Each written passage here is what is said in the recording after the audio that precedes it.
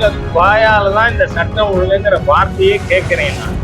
ஏன்னா சட்டம் ஒழுங்கு சீர்குலைந்து போயிருக்கு. இந்த கவுண்டமணி மாதிரி அரசியல் இதெல்லாம் சாதாரண பார்க்கிறாரு. அதனால சட்டம் ஒழுங்கு முழு சீர்குலைது. அதுல எங்களோட அடுத்த ஆக்டிவிட்டிஸை பற்றி நாங்கள் பிளான் பண்ணி வந்து மீண்டும் வேகமாக மக்களை அதுலேயே பொய் அக்கௌண்ட் ஓப்பன் பண்ணி மாநிலத்தில் பிடிஓ இந்த மாதிரி பொறுப்பில் இருக்கக்கூடியவர்கள் பெனிஃபிஷியரிஸை ஃபேக்காக கொண்டு வந்து எடுத்திருக்காங்க.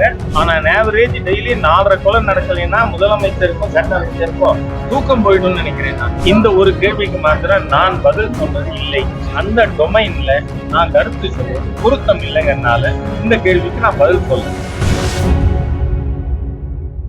நாங்கள் ஏற்கனவே இப்போ டிஎம்கேயோடது ஏடிஎம்கேயோடது ஆக்டிவிட்டி கூடியிருக்கா குறைஞ்சிருக்கா எலெக்ஷனுக்கு முன்னாடிக்கு இப்பயும்.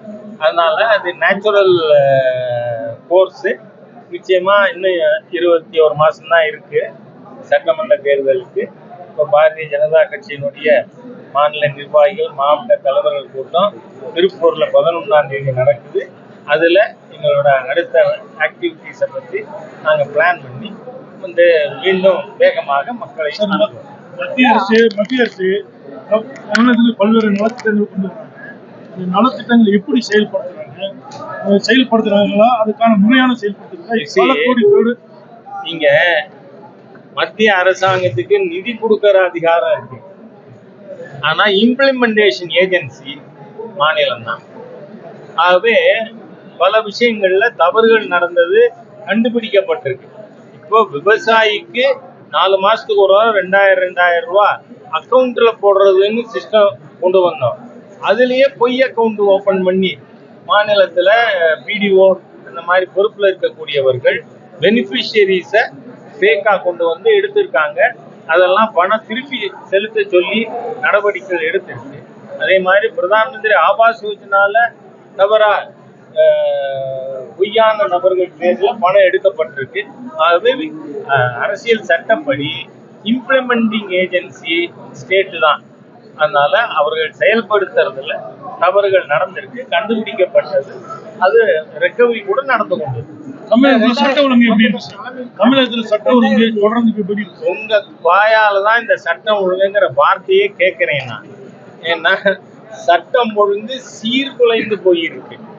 நீங்க பாத்தீங்கன்னா நேத்திக்கு போலீஸ் ஸ்டேஷன்ல குண்டு போட்டிருக்காங்க, பெட்ரோல் குண்டு. அந்த அளவுக்கு அதுவும் நம்ம சட்ட அமைச்சர், அவர் எங்க ஊர்க்காரர் தான், ஆனா சட்ட அமைச்சருக்கு தகுதியானவரான்னு எனக்கு தெரியல. அவர் சொல்றாரு இதெல்லாம் நடக்கும்.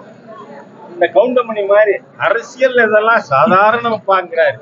அதனால சட்டம் ஒழுங்கு முழு சீர்குலைவு.